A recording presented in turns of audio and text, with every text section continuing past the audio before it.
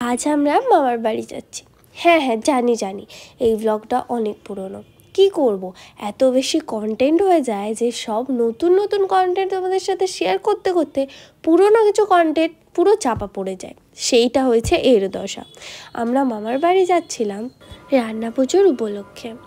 তো গোপু সোনা তো সুন্দর করে রেডি হয়ে গেছে, সাজুগুজু করে ফেলেছে, দাদা ড্রাইভ করছে, মা বসে আছে এবং এবারে টেনে ধরে বাবাকেও নিয়ে যাচ্ছি।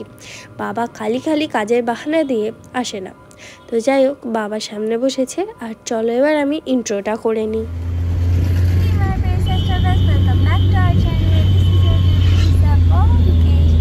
আজকে হচ্ছে রান্না পুজো আছে মামার বাড়িতে, তাই জন্য আমরা সবাই বেরিয়ে পড়েছি মামার বাড়ি যাওয়ার উদ্দেশ্যে। অনেকটা সন্ধ্যা হয়ে গেছে, সন্ধ্যাবেলা বল অনেকটাই রাত্রের মতো হতে যাচ্ছে। আজকে একটু লেট হয়ে গেছে বেরোতে, তার উপর রাস্তায় বিভৎস জ্যাম, কখন পৌঁছবো জানি না, অনেকটাই রাত হয়ে যাবে। তো চলো ব্লগটা দেখতে থাকো।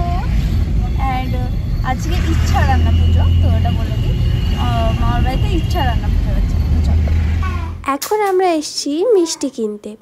এখান থেকে মিষ্টি কিনবো এবং তারপর যাব হচ্ছে মামার বাড়িতে। চলে এসেছি মামার বাড়িতে গল্প করতে করতে। এখানে সমস্ত খাবার অলরেডি রেডি হয়ে গেছে এবং চুবড়ি চাপা দেওয়া আছে। অনেকে চলেও এসছে, আমরাই অনেকটা রাতে লেট করে যাওয়ার কারণে এখনও কেউ খেতে বসেনি। আমরা ড্রেস চেঞ্জ করে ফ্রেশ হই, মিষ্টি টিষ্টি আর খাবো না, একেবারে ভাত খেতেই বসে পড়বো, কারণ রাত্রিরে তো রান্না পুজোর ভাতই খাওয়া হয়। এই যে মিঠাই দুষ্টুমি করা শুরু করে দিয়েছে, দেখতে দেখতে মিঠাইটাও বড় হয়ে গেল।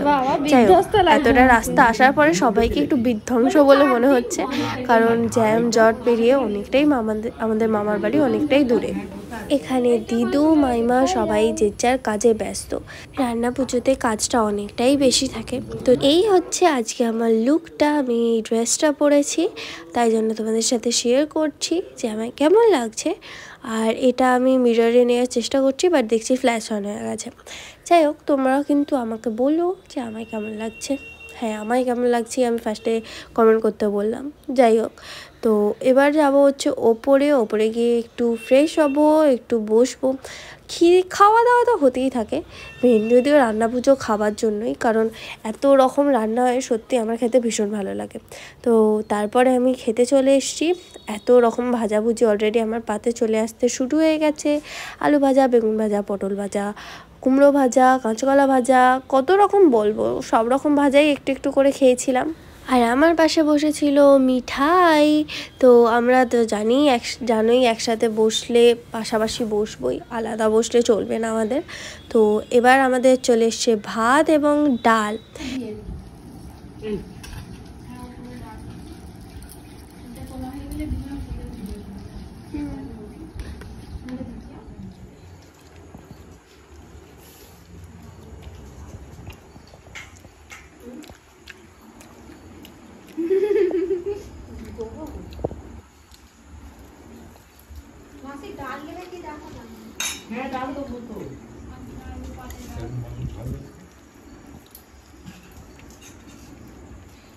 কেমন ডাল মাখো, ডাল দেবো।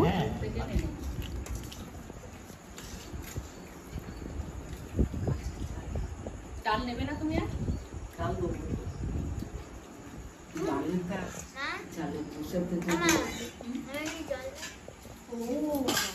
কিন্তু দুটো গ্লাসে ভরিয়ে রেখে দিয়েছি, এইখানে জায়গা নেই, এখানে দিলে পড়ে যাবে বলে সামনে গ্লাসটা হাত বাড়িয়ে জল বসানো আছে। কাকে দেবো? আমাদের মা দাদুকে নিয়েছো?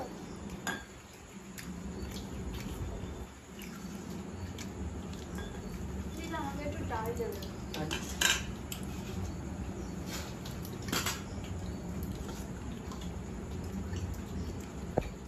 এই হচ্ছে মাছের ঝাল, কি সুন্দর কটকটে রঙটা হয়েছে দেখো। তো ইলিশ মাছ খাচ্ছে এখন। অলরেডি তো আরেকটা মাছ পড়ে গেছে, এত বড় বড় মুড়োও ভাতে পড়ে গেছে, আমি কখন খেয়ে উঠবো জানি না। তো রান্না পুজো এটাই হয়, এত রকম খাবার প্রচুর সময় লাগে খেতে। যাই হোক, আমাদের খাওয়া হয়ে গেছে, এবার মামা আর বাকি যারা বাকি আছে তারা সবাই খেতে বসে পড়েছে। দেখলাম সেখানেও দেখছি কনসেপ্টটাই করেছে লুঙ্গি বড়া।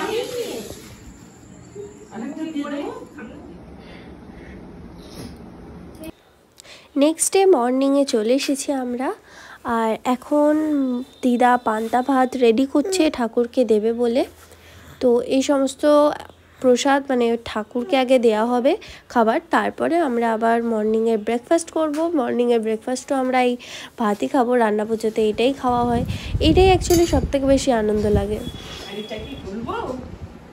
নিয়ে নিয়েছে এখন।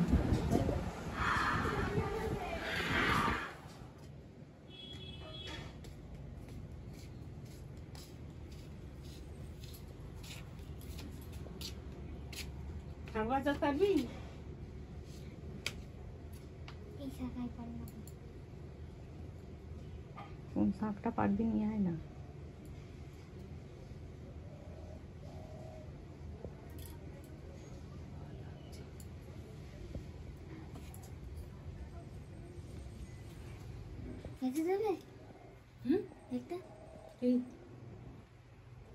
ওটা নিয়ে এসছি, তারপর দে না। মাছ পাইনি,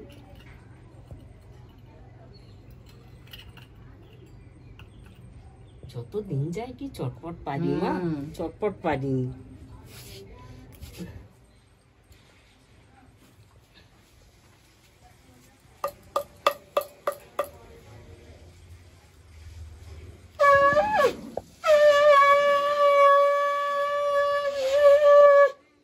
তো ঠাকুরকে খাবার দেওয়া হয়ে গেছে, এবার আমরা সকালে ব্রেকফাস্ট করবো বলে বসে পড়েছি। তো ব্রেকফাস্ট শুরু করার আগেই আমি ভিডিও নিতে ভুলে গেছি, তাই জন্য খেতে শুরু করে ফেলেছি, তারপর ভিডিও নিচ্ছিলাম। অনেকটা বেলা হয়ে গিয়েছিলো, তাই জন্য খিদে পেয়ে গিয়েছিলো। আমরা সবাই একসাথেই খেতে বসে গিয়েছিলাম, দিদা সার্ভ করছে। এরপর বাকিরা খেতে বসে পড়েছে। এই যে আমি এখন ভিডিও তুলছিলাম, এটা অবশ্য লাঞ্চ পর্বে চলে গেছে। আমরা ব্রেকফাস্ট করেছিলাম আর বাকি সবাইরা লাঞ্চে চলে এসেছিলো আমাদের বাড়ি খেতে।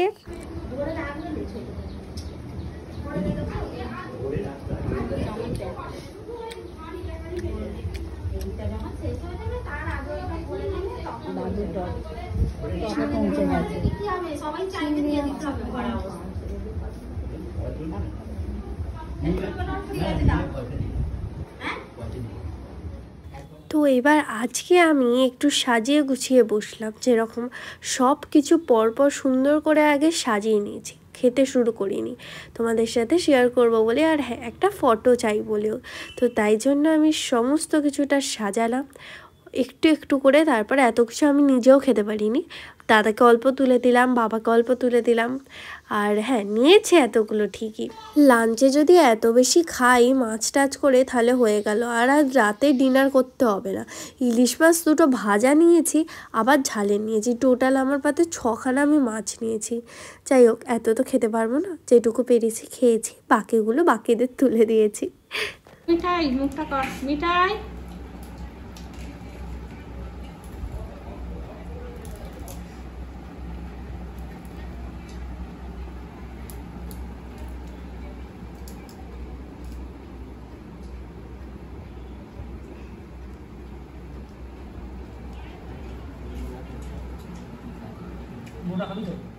এখন মাসিদের কাছে আমি এসেছিলাম, হ্যাঁ এর আগেও এসেছি, গল্প টল্প করে গেছি। এখন ভিডিও করছি কারণ এই সামনে দুর্গাপুজোয়, হ্যাঁ সামনে দুর্গাপুজো নয়, যখন ভিডিওটা করেছিলাম তখন সামনে দুর্গাপুজো ছিল, তাই জন্য সবাইয়ের জন্য গিফট এনেছিল মা।